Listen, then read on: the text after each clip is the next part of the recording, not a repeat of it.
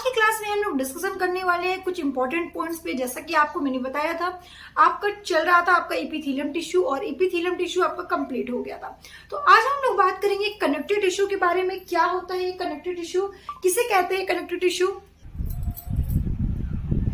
Connective tissue है क्या और इससे कैसे क्वेश्चन हमारे एग्जाम में पूछे जाते हैं। तो आप लोग इंतजार कर रहे हैं कि कब आपका कनेक्टिव टिश्यू स्टार्ट होगा। तो मैं आपको बता दूं, आज की क्लास में जो हम डिस्कशन करने वाले हैं, क्लास को एंड तक जरूर देखिएगा। ठीक है, वेरी वेरी इंपॉर्टेंट टॉपिक आपका चल रहा है बेटा। ठीक है, कनेक्टिव टिश्यू क्या होता है ये कनेक्टिव टिश्यू। अरे बच्चों, कनेक्टिव टिश्यू के बारे में पूछ रहे हो और नहीं पता आप लोग को, तो चलिए खुशी मैम आपको बताती है। हाँ, तो अगर बात करते हैं कनेक्टिव टिश्यू के बारे में, तो इसको हिंदी में क्या बोलते हैं, संयोजी ऊतक। क्या बोला जाता है भैया, संयोजी ऊतक बोला जाता है। और नाम से पता चल रहा है, संयोजी मतलब क्या, किसी चीज को कनेक्ट करना, संयोज करना, है ना। कनेक्ट से पता चल रहा है कि कनेक्टिव को मतलब होता है किसी चीज को कनेक्ट करना। तो कनेक्टिव टिश्यू क्या करता है भैया, ऑर्गन से ऑर्गन को कनेक्ट करता है। मतलब कहने का मतलब ये है कि ये टिश्यू उन ऑर्गन्स होते हैं जो एक दूसरे को जोड़ने का काम करता है, उसे हम क्या कहते हैं भैया, कनेक्टिव टिश्यू कहते हैं। मतलब जो ऑर्गन को एक दूसरे ऑर्गन से जोड़ने का काम करता है, उसे कनेक्टिव टिश्यू के नाम से जाना जाता है, संयोजी ऊतक के नाम से जाना जाता है। ठीक है, एंड बात करते हैं नेक्स्ट टॉपिक पे। अगर हम लोग, ठीक है, तो अगर हम बात करते हैं कि अगर सबसे ज्यादा आपसे अगर क्वेश्चन पूछा जाता है, सबसे ज्यादा आपके बॉडी में कौन सा टिश्यू प्रेजेंट होता है, जैसे कि मैं आपको बता दूं कि 4 टाइप्स के टिश्यू होते हैं। पहला आपका कौन सा होता है, एपिथेलियम टिश्यू। ठीक है, एपिथेलियम टिश्यू होता है आपका। ठीक है, दूसरा आपका कौन सा होता है भैया, दूसरा आप कहोगे मैम दूसरा तो कनेक्टिव टिश्यू ही होता है। तो दूसरा हमने कनेक्टिव टिश्यू बताया, तीसरा हमने मस्कुलर टिश्यू बताया और चौथा हमने क्या बताया, नर्वस टिश्यू। तो ये 4 टाइप्स के जो टिश्यू होते हैं, अगर आपसे 4 टाइप्स में पूछा जाए कि सबसे ज्यादा कौन सा टिश्यू होता है हमारे बॉडी में, तो आपको बताना है सबसे ज्यादा हमारे बॉडी में कनेक्टिव टिश्यू होता है। ठीक है, क्यों, क्योंकि भैया कनेक्टिव टिश्यू आपके लगभग ऑर्गन में प्रेजेंट होते हैं। The most commonly found tissue the connect organ provide strength। ठीक है, ये क्या करते हैं भैया, स्ट्रेंथ प्रोवाइड करने का काम करते हैं। कौन, आपका कनेक्टिव टिश्यू। ठीक है, आई बात समझ में। अच्छा, जैसे कि आपने देखा था कि जो आपका एपिथेलियम टिश्यू था, आपने अभी पढ़ा इससे पहले की क्लास में एपिथेलियम टिश्यू। तो एपिथेलियम टिश्यू में आपने ये चीज देखा होगा कि उनके एपिथेलियम टिश्यू में जो सेल्स हैं, उनके बीच में स्पेस नहीं होता, उनके बीच में स्पेस नहीं होता। जैसे मान लेते हैं ये आपकी एपिथेलियम टिश्यू है भैया, और इस एपिथेलियम टिश्यू में कोई स्पेस नहीं है, कोई इंटरसेलुलर स्पेस नहीं है। लेकिन यहीं पे अगर कनेक्टिव टिश्यू की बात की जाए, तो कनेक्टिव टिश्यू के बीच में क्या होता है, इंटरसेलुलर स्पेस होता है। कैसा सेलुलर स्पेस होता है, इंटरसेलुलर स्पेस होता है बेटा। आपको बता दे, इसको हिंदी में क्या बोलते हैं, अंतराकोशिकी। ठीक है, इसको हिंदी में क्या बोलते हैं, अंतराकोशिकी स्थान, अंतराकोशिकी स्थान। और अगर आपसे पूछा जाए, या आप कह सकते हो कि इनके बीच क्या होता है भैया, एम्प्टी स्पेस होता है। क्या होता है, एम्प्टी स्पेस होता है, खाली स्थान होता है, खाली जगह होता है। और किसके बीच होता है, कनेक्टिव टिश्यू के बीच में होता है। सबको बात समझ में आ गई। तो एपिथेलियम में स्पेस बिल्कुल नहीं होता, लेकिन कनेक्टिव टिश्यू में उससे कई ज्यादा होता है, और इन स्पेस को इंटरसेलुलर बोलते हैं। लेकिन इंटरसेलुलर स्पेस होता है, लेकिन हम इसको क्या नाम देते हैं, इंटरसेलुलर मैट्रिक्स। क्या बोलते हैं भैया, इंटरसेलुलर मैट्रिक्स के नाम से हम इसको जानते हैं। आपसे क्वेश्चन पूछा क्या जाएगा भैया, आपसे क्वेश्चन पूछा जाएगा कि इंटरसेलुलर मतलब कि कनेक्टिव टिश्यू के बीच में जो स्पेस होता है, ठीक है, कनेक्टिव टिश्यू के बीच में जो स्पेस होता है, उस स्पेस को क्या कहते हैं, तो आपको बताना है, उसको हम लोग इंटरसेलुलर स्पेस कहते हैं, इंटरसेलुलर स्पेस मैट्रिक्स कहते हैं, या इंटरसेलुलर मैट्रिक्स कहते हैं। ठीक है, स्पेस हटा दो, आपको ये बता देना अंतराकोशिकीय स्थान होता है इसके बीच में, जिसे आप इंटरसेलुलर मैट्रिक्स के नाम से जानते हो। ठीक है, आई बात समझ में। उसके बाद बेटा आपसे पूछा जाए, ठीक है, उसके बाद आपसे पूछा जाएगा इसमें क्या, कि कनेक्टिव टिश्यू को कितने पार्ट्स में डिवाइड किया गया है। कनेक्टिव टिश्यू को 4 पार्ट्स में डिवाइड किया गया है। फर्स्ट नंबर क्या है आपका, कार्टिलेज। फर्स्ट नंबर क्या है, कार्टिलेज है। और सेकेंड नंबर क्या है एडिपोज टिश्यू है और हिंदी में इसे क्या कहते हैं, वसी ऊतक। वसी ऊतक के नाम से इसको हम लोग जानते हैं, ठीक है, वसी ऊतक के नाम से हम लोग इसको जानते हैं। किसको, तो आप कहोगे मैम एडिपोज टिश्यू को वसी ऊतक के नाम से जाना जाता है, ठीक है, आई बात समझ में सबको। उसके बाद कार्टिलेज को क्या बोलते हैं, उपास्थि। क्या बोलते हैं भैया, उपास्थि के नाम से जानते हैं कार्टिलेज को, ठीक है। थर्ड नंबर क्या आप लिखोगे, कहोगे मैम थर्ड नंबर होता है बोन और फोर्थ नंबर होता है आपका ब्लड। क्या होता है, ब्लड। ब्लड को हिंदी में क्या कहते हैं, रक्त कहते हैं, या फिर इसको हम लोग क्या कहते हैं, रुधिर कहते हैं, और या फिर इसको बोला जाता है क्या, खून बोला जाता है। क्या बोला जाता है बेटा, खून बोला जाता है।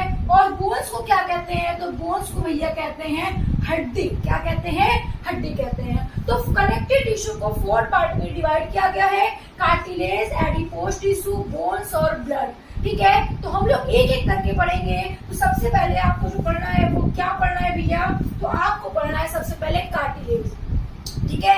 अब आपके मन में डाउट्स आएगा, क्वेश्चंस आएगा। क्या डाउट्स आने वाला है आपके मन में, क्या मैम ब्लड टिश्यू है? हाँ बिल्कुल बेटा, ब्लड को टिश्यू में रखा गया है। ब्लड कैसा टिश्यू है, कनेक्टिव टिश्यू है, कनेक्टिव लिक्विड टिश्यू है, कनेक्टिव लिक्विड टिश्यू है। अगर आपसे कोई पूछता है ब्लड क्या है, तो आप बताओगे इट इज कनेक्टिव टिश्यू, ठीक है, it is connective tissue. Blood एक क्या है, कनेक्टिव टिश्यू है, ठीक है।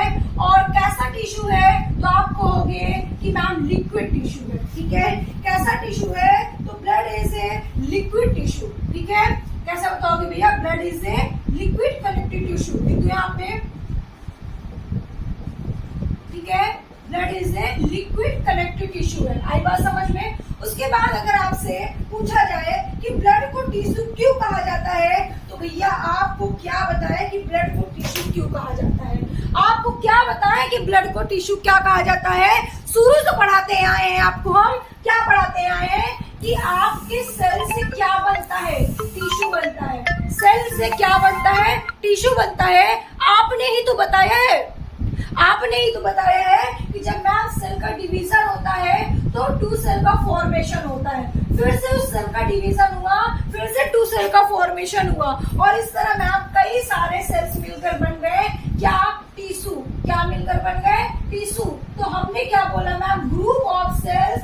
ग्रुप ऑफ सेल्स क्या बोलोगे आप लोग, टिश्यू बोलोगे। क्या बोलोगे भैया, ग्रुप ऑफ सेल्स को क्या बोला जाएगा, टिश्यू कहा जाएगा, ठीक है। तो इसका मतलब मैम आपका कहने का मतलब ये है कि ब्लड को टिश्यू इसलिए कहते हैं क्योंकि ब्लड में क्या है, सेल्स है। और कौन से सेल्स है मैम ब्लड में, तो भैया ब्लड भी तो किससे बना है, टिश्यू से ही बना है। सॉरी, टिश्यू जो है वो भी तो सेल से बना है। ब्लड में भी तो सेल्स होती है। कौन सी सेल्स होती है, आरबीसी होती है, डब्ल्यूबीसी होती है। तो इनका भी तो डिवीजन होता है, और इन्हीं के डिवीजन से क्या बनता है, टिश्यू बनता है। तो बोलो ब्लड क्या है, टिश्यू है। कैसा टिश्यू है, लिक्विड कनेक्टिव टिश्यू है। अगर आपसे पूछा जाए ब्लड कैसा टिश्यू है, तो लिक्विड कनेक्टिव टिश्यू है। आपको ये बात बतानी है, ठीक है। आई बात समझ में सबको कि blood is a liquid connective tissue. बोलो इतनी बात सबको समझ में आ गई, ठीक है। इतनी बात सबको समझ में आ गई कि नहीं, ठीक है। अब भैया मैंने आपको बता दिया कि ब्लड को कनेक्टिव टिश्यू क्यों कहा जाता है,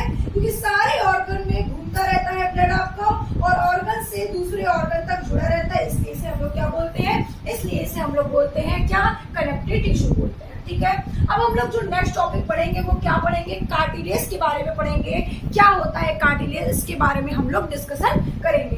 तो आपका जो नेक्स्ट टॉपिक है वो क्या है भैया, कार्टिलेज, ठीक है। इसको हिंदी में क्या कहते हैं बेटा, उपास्थि। इसको हिंदी में क्या कहते हैं, उपास्थि, और इंग्लिश में हम लोग क्या बोलते हैं इसको, कार्टिलेज, ठीक है। अब कार्टिलेज इज सॉलिड एंड पैलेबल, ठीक है। यहाँ पे क्या लिखोगे, कार्टिलेज इज सॉलिड एट पैलेबल। अब आप कहोगे मैम पैलेबल का मतलब क्या होता है, तो पैलेबल का मतलब होता है बेटा मुलायम, या कह सकते हो लचीला। लचीला आपका जो कार्टिलेज होता है वो कैसा होता है, सॉलिड होता है, पैलेबल होता है, मतलब मुलायम होता है, ठीक है। सॉलिड भी होता है, लेकिन सॉलिड के साथ साथ पैलेबल होता है, ना लिक्विड होता है और ना ही आपका गैस होता है। लिक्विड तो हो ही नहीं सकता मैम, गैस भी नहीं हो सकता। सॉलिड होता है, लेकिन सॉलिड के साथ कैसा होता है, पैरेबल होता है, ठीक है, ठोस और लचीला होता है। और ये आपका एग्जाम्पल बात करें कि कहाँ पे किस ऑर्गन में आपका कार्टिलेज होता है, तो आप कहोगे मैम ईयर्स में, ठीक है, आप कहोगे मैम ईयर्स में, आप कहोगे मैम नोज के टिप में, नोज के टिप में ये जो हमारी ये है ना, यहाँ पे कार्टिलेज होता है। ये हमारी ईयर है जो चारों तरफ मुड़ जाती है, जो चारों तरफ मुड़ जाती है, ये हमारी ईयर्स है, इसमें क्या है, कार्टिलेज है, ठीक है। अगर ये लिक्विड होता तो ये बह जाता, ठीक है, गैस तो हो नहीं सकता। सॉलिड है, पैरेबल है, तभी तो चारों तरफ कान को हम मुरेड़ देते हैं। बचपन में जब हम लोग पढ़ते थे तो टीचर क्या करते थे, यही तो करते थे, है ना, कान को ले देते और मुरेड़ देते थे। भैया बहुत बहुत बड़ी पनिशमेंट थी हम लोगों की ना। चलो, तो अगर हम बात करते हैं भैया किसके बारे में, कार्टिलेज के बारे में, तो कार्टिलेज का एग्जांपल है आपकी ईयर्स में, आपके नोज में कैसा होता है, क्या होता है, कार्टिलेज होता है, ठीक है।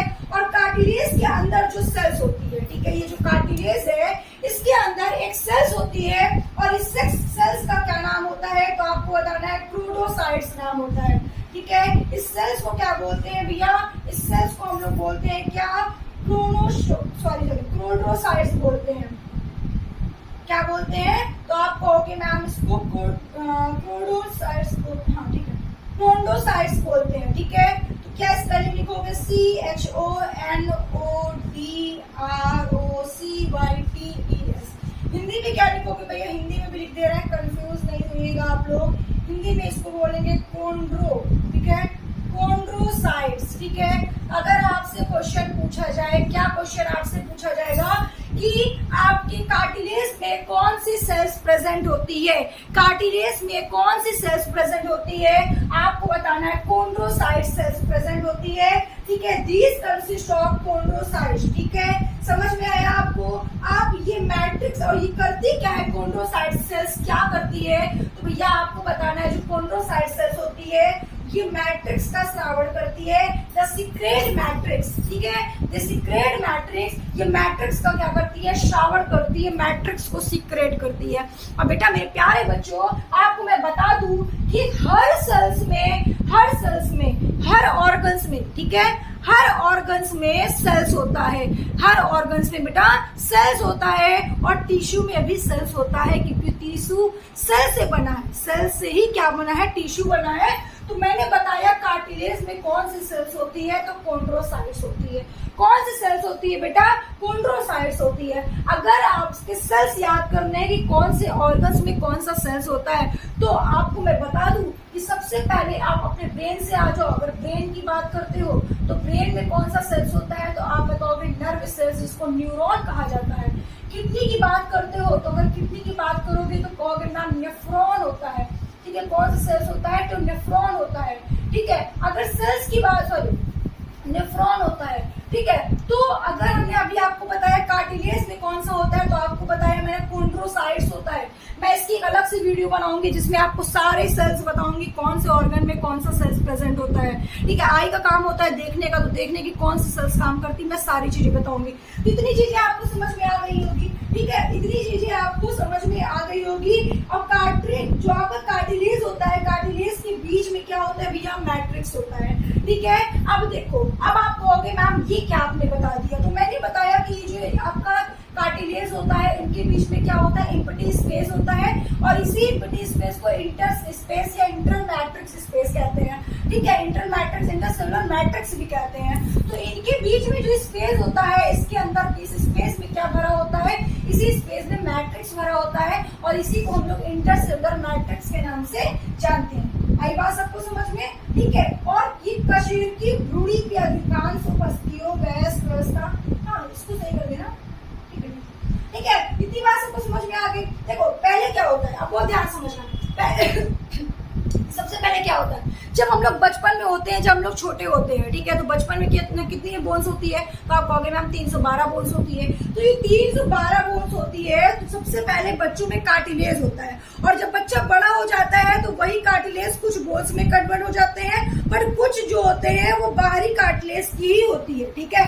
कुछ भैया बोन्स में कन्वर्ट हो जाते हैं, लेकिन कुछ ऐसे होते हैं जो कार्टिलेज में ही रह जाते हैं, ठीक है, बाहरी पार्ट्स कार्टिलेज में हो जाते हैं, जैसे कि ईयर्स हो गए, आपके कुछ ऑर्गन्स में कार्टिलेज ही होते हैं, ठीक है, कार्टिलेज ही रहते हैं, लेकिन कुछ कार्टिलेज क्या हो जाते हैं, बोन्स में कन्वर्ट हो जाते हैं। तो इसका मतलब मैम ये आपका कहने का मतलब ये है कि जब हम लोग छोटे रहते हैं तो हम बचपन में हमारे में बोन्स 312 होती है, लेकिन बोन से ज्यादा हमारे बॉडी में क्या होती है, कार्टिलेज होती है, और वही कार्टिलेज धीरे धीरे क्या होती है, बोन्स में कन्वर्ट होती है, और कुछ में बोन्स में न कन्वर्ट होकर कार्टिलेज में रह जाती है हमारी बॉडी की ऊपर वाले पार्ट्स में, अपर वाले पार्ट्स में, मतलब कि बोले तो आप बाहर वाले पार्ट्स में रहती है, जैसे कि हमारे ईयर्स में हो गई, हमारे नोज की टिप में हो गई, ये सब में क्या प्रेजेंट होती है, कार्टिलेज प्रेजेंट होती है। ठीक है, सबको समझ में आ गया कि नहीं था? अगर बात करें कि अगर हम बात करते हैं आपसे बहुत इंपॉर्टेंट बात, ठीक है, क्या इंपॉर्टेंट बात करते हैं कि बोन के बीच में कार्टिलेज होता है और कार्टिलेज के बीच में क्या होता है, मैट्रिक्स होता है। ठीक है, बोन के बीच में क्या होता है भैया, कार्टिलेज होता है। ठीक है, आपका जो बोन होता है उनके बीच में क्या होता है, कार्टिलेज होता है। कार्टिलेज के बीच जो स्पेस होता है उसमें क्या होता है, मैट्रिक्स होता है। ठीक है, क्या होता है बेटा, मैट्रिक्स होता है, और जिसकी वजह से ये क्या करते रहते हैं, मूव करते रहते हैं। अगर आपके बोन्स के बीच में कार्टिलेज ना हो और अंदर मैट्रिक्स ना हो तो आपका बॉडी, आप मूव जो करते हो मूव नहीं कर पाओगे। मूव आप क्यों करते हो, क्योंकि भैया आपके बोन्स के बीच में क्या होता है, कार्टिलेज होता है, और कार्टिलेज क्या होता है, काफी सॉफ्ट होता है, काफी मुलायम होता है, सॉलिड होता है, लेकिन सॉलिड के साथ साथ क्या होता है, पैलेबल होता है, मुलायम होता है।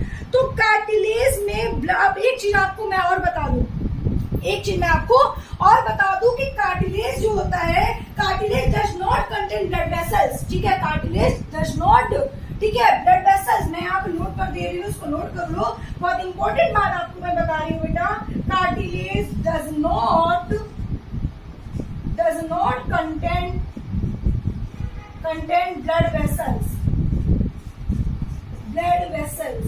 ठीक है, आपका जो ब्लड वेसल्स होता है उसमें कार्टिलेज नहीं होता है, इसलिए इसी वजह से कान में जब छेद कराते हैं तो आपका ब्लड नहीं निकलता, क्योंकि ब्लड वेसल्स इसमें नहीं होती है। मतलब ये कि आपका कहने का मतलब है मैम कि जो आपकी कार्टिलेज होते हैं उसमें ब्लड वेसल्स नहीं होती। हाँ जी बिल्कुल, आप में उसमें ब्लड वेसल्स नहीं होती। और ब्लड वेसल्स क्यों नहीं होती भैया, अगर ब्लड वेसल्स होने लगेगी तो जब आप कान वगैरह छिदवाओगे तो तुरंत ब्लड निकलने लगता है। वो ब्लड कभी कभी क्या होता है, बच्चों में अचानक से निकल के वो हिलाते हैं तब निकलता है। ऐसे अगर आप मशीन से करती हो या फिर जो आते हैं छेद करने वाले, सबका ब्लड नहीं निकलता। क्यों?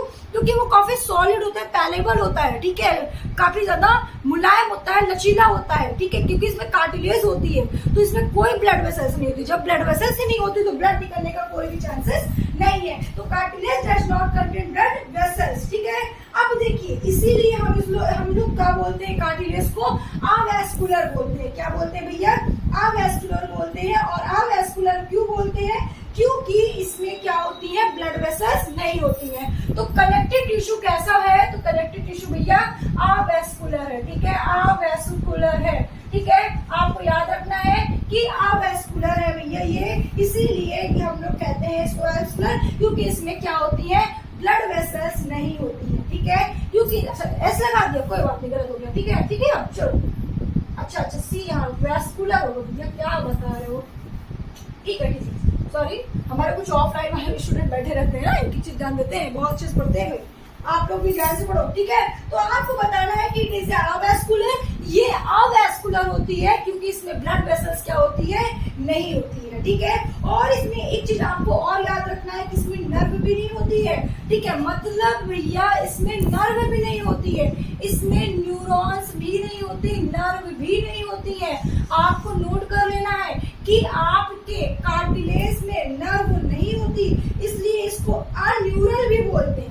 ठीक है, इसीलिए इसको अन्यूरल भी बोला जाता है। और क्यों अन्यूरल बोलते हैं हम लोग इसको, क्योंकि मैम, ठीक है, क्योंकि मैम हम लोग इसको अन्यूरल इसलिए बोलते हैं क्योंकि इसमें न्यूरॉन नहीं होती। किसमें, कार्टिलेज में। कार्टिलेज में क्या होती है, न्यूरॉन नहीं होती है, इसलिए भैया क्या होता है, इसमें ब्लड नहीं निकलता। और दूसरी चीज, न्यूरॉन ना होने की वजह से हम लोग क्या बोलते हैं इसको, तो हम लोग इसको बोलते हैं भैया आर न्यूरल। ठीक है, तो आपके यहाँ से बहुत सारे क्वेश्चंस बन सकते हैं, आपको एक एक पॉइंट ध्यान देना है। मैंने आपको पूरा एक एक पॉइंट बढ़ा दिया। अब ये नहीं कि छोटे बच्चों की तरह आप लोग नहीं कहोगे कि मैम आप एक एक लाइन लिख कर बताइए। बेटा अब आप बड़े हो, ठीक है, आपको अपने से नोट्स बनाना है। मैंने एक एक पॉइंट आपको पढ़ाया, अब आपको खुद से नोट्स बनाना है। मैं पढ़ रही हूँ, कॉपी पेन लेकर मैं बोल रही हूँ, सुना रही हूँ, पढ़ा रही हूँ, कॉपी पेन लेकर बैठो और नोट्स को बनाते चलो। ठीक है, चलो अब आगे अगर हम बात करते हैं इसी में, तो आपको बता दूं अगर इसके पास ब्लड नहीं है तो न्यूट्रिशन कैसे पहुंचता है, क्योंकि ब्लड के थ्रू तो इसके पास न्यूट्रिशन पहुंचेगा, तो कार्टिलेज के पास न्यूट्रिशन कैसे पहुंचता है, तो आपको बताना है भैया डिफ्यूजन के द्वारा। ठीक है, nutrition is supplied by diffusion. ठीक है, किसके द्वारा भैया, डिफ्यूजन के द्वारा पहुंचता है। तो आपको एक पॉइंट और नोट करना है, क्या नोट करना है यहाँ पे, आपको नोट करना है nutrition is supplied by diffusion, ठीक है, मतलब कि किसके द्वारा पहुंचता है भैया, विसरण के द्वारा पहुंचता है। किसके द्वारा पहुंचता है, विसरण के द्वारा पहुंचता है। इसमें न्यूट्रिशन विसरण के द्वारा पहुंचता है क्योंकि इसमें ब्लड नहीं होता है। अब ये मत पूछना कि डिफ्यूजन क्या होता है मेरे प्यारे बच्चों, मैंने सर वाले टॉपिक में आपको डिटेल्स में पढ़ाया है। ठीक है, तो ये मैंने आपको पढ़ाया कि कार्टिलेज क्या होता है। अब देखिए यहाँ से कैसे कैसे आपके क्वेश्चंस पूछे जाएंगे और कैसे कैसे नोट्स बनाना, ये आपकी जिम्मेदारी है। ठीक है, अगर आपको नोट्स फिर भी चाहिए तो आप मुझे कमेंट करिएगा, आपको नोट्स भी प्रोवाइड करा दिया जाएगा, इसकी कोई वो नहीं है। ठीक है, लेकिन पूरी कोशिश करिएगा, खुद से नोट्स बनाने की प्रैक्टिस करिए। ठीक है, तो इतनी बात समझ में आ गई होगी आपको। कलेक्टिव टिश्यू को संयोजी ऊतक कहते हैं। मैं एक बार रिवीजन कर रही हूँ, ध्यान से सुनिएगा। कलेक्टिव टिश्यू को संयोजी ऊतक कहा जाता है, इसको अवैस्कुलर टिश्यू कहा जाता है। ठीक है, अवैस्कुलर क्यों कहते हैं, क्योंकि इसमें ब्लड वेसल्स नहीं होती है, इसमें न्यूरॉन्स नहीं होती, इसलिए उसको अन्यूरल कहते हैं। ठीक है, कार्टिलेज को हिंदी में क्या कहते हैं, उपास्थि कहते हैं। ठीक है, कार्टिलेज के बारे में अगर बात करें तो कार्टिलेज के बीच में काफी स्पेस होता है। ठीक है, इम्पटी स्पेस होता है, जिसको हम लोग नाम देते हैं इंटरसेलुलर स्पेस बोलते हैं। और इसी इंटरसेलुलर स्पेस के बीच में क्या भरा होता है, मैट्रिक्स भरा होता है, इसलिए इसको हम लोग इंटरसेलुलर मैट्रिक्स के नाम से भी जानते हैं। और इस इंटरसेलुलर मैट्रिक्स में मतलब कि कार्टिलेज में एक सेल्स प्रेजेंट होती है, इसको कॉन्ड्रोसाइट्स बोला जाता है। ये जो कॉन्ड्रोसाइट्स होती है वो भैया क्या करती है, कॉन्ड्रोसाइट्स आपकी क्या करती है, वो आपकी क्या करती है, सीक्रेट करती है। किसको सीक्रेट करती है बेटा, तो आप कहोगे मैम मैट्रिक्स का सीक्रेट करती है। ठीक है, मैट्रिक्स का क्या करती है, सीक्रेट करती है। ठीक है, कार्टिलेज आपका कैसा होता है, सॉलिड होता है, पैलेबल होता है, मतलब कि आपका लचीला होता है और सॉलिड होता है। इसका एग्जांपल की बात करेंगे तो ईयर और नोज। ठीक है, उसके बाद मैंने यहाँ पे लिखा cartilage does not contain blood vessel, इसमें ब्लड वेसल्स क्या होती है, नहीं होती है। ठीक है, तो न्यूट्रिशन कैसे पहुंचता है, तो आपको बताना है डिफ्यूजन के द्वारा इसमें न्यूट्रिशन पहुंचता है। तो मैंने एक बार में पूरा रिपीट कर दिया है। तो आज की क्लास में बस इतना ही, आपका कार्टिलेज कंप्लीट हो गया है। कल हम लोग जो पढ़ेंगे वो आपका नेक्स्ट टॉपिक होगा एडिपोज टिश्यू। क्या होता है एडिपोज टिश्यू, इसके बारे में हम लोग डिस्कशन नेक्स्ट क्लास में बात करेंगे। तो आज के लिए बाय बाय, टाटा, फिर मिलते हैं नेक्स्ट क्लास में नेक्स्ट वीडियो के साथ।